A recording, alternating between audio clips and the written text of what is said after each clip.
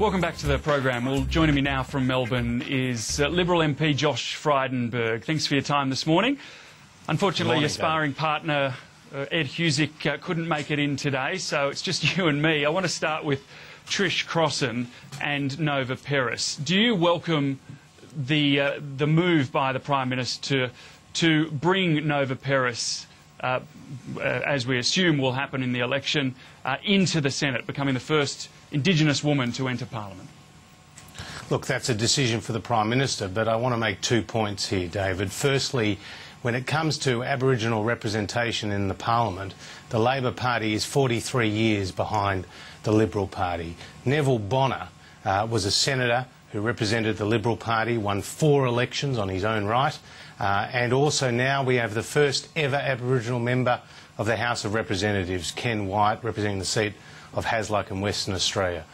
When the Prime Minister had an opportunity to put Warren Mundine in the Senate vacancy vacated by Mark Arbib last year, she chose the washed-up Bob Carr, and now she, for a very crass, calculated political reason, has decided to put Nova Peris Kneebone in the Senate. And in doing so, she has got rid of one of Kevin Rudd's supporters in Trish Crossan.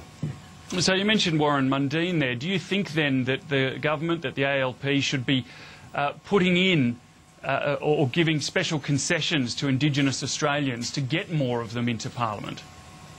Look, that's a decision for the ALP, but when it comes to the Liberal Party, Ken Wyatt got there by his own merit.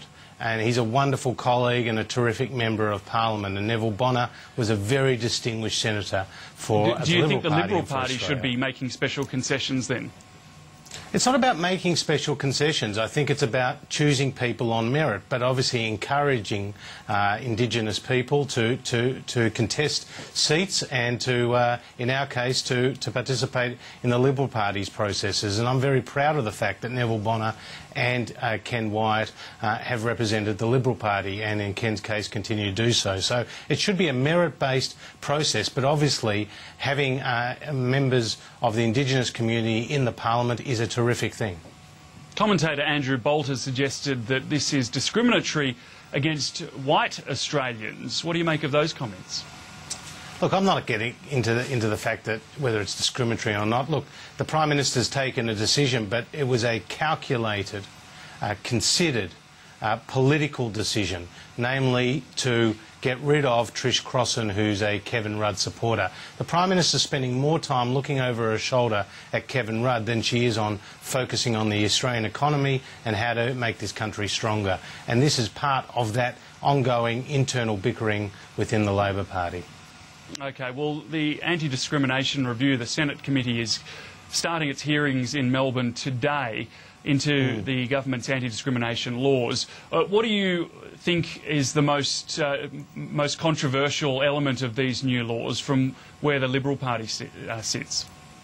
Well, firstly, you've got to get the balance right between freedom of speech and censorship, and we do not believe that they've got the balance right here.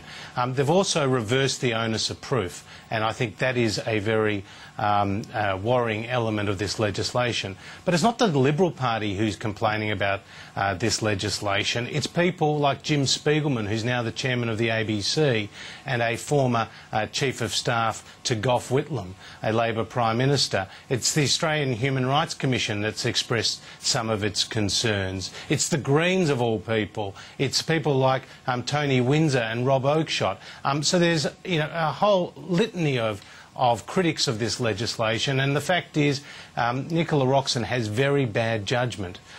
She made some mistakes on the Peter Slipper affair, if you remember, David, giving privilege access to Peter Slipper to the federal judge's car park. Well, let's not go too far over the history books. Let's just stick on these laws at the moment. And do you think that there is room, though? You said get the balance right. Should the laws be amended, changed at all? Well, look, we think, the laws have been working well, but, it shouldn't be an offence for somebody to offend somebody else, and I think that's taking it too far. And I look, George Brandis has done a very good job articulating some of our concerns, and as I said, the onus of proof is one of them. So let's see where these hearings and committee meetings go as more evidence is put forth. But I understand there's been a huge number of submissions from the public on this issue as well as from interested stakeholders. And it's very clear from the quality of the complaints that have been put forward already about this draft legislation that it has gone too far, and Nicola Roxon again is displaying bad judgment. OK, well, on national security, the Prime Minister's delivering a major speech today. She's going to focus on the rise of China, but also cyber crime. Are they the right priorities for Australia when it comes to national security?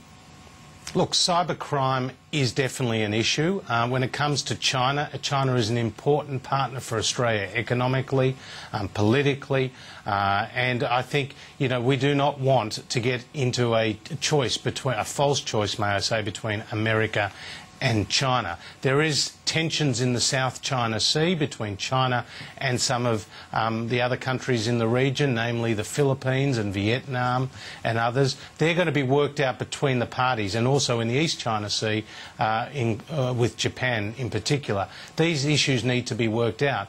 But when it comes to defence and national security, don't look at what Labor says in these speeches. Look what Labor does. And the fact is that defence spending, David, under the Labor government is now at 1.56% of GDP, the lowest level in Australia since 1938. In the last year, its defence budget's been cut by 10%. More than $7 billion has been Sure, ripped but there's out. been no solid commitment from the opposition to restore that spending. Tony Abbott yesterday said that he would try to, but it would be dependent on the economy.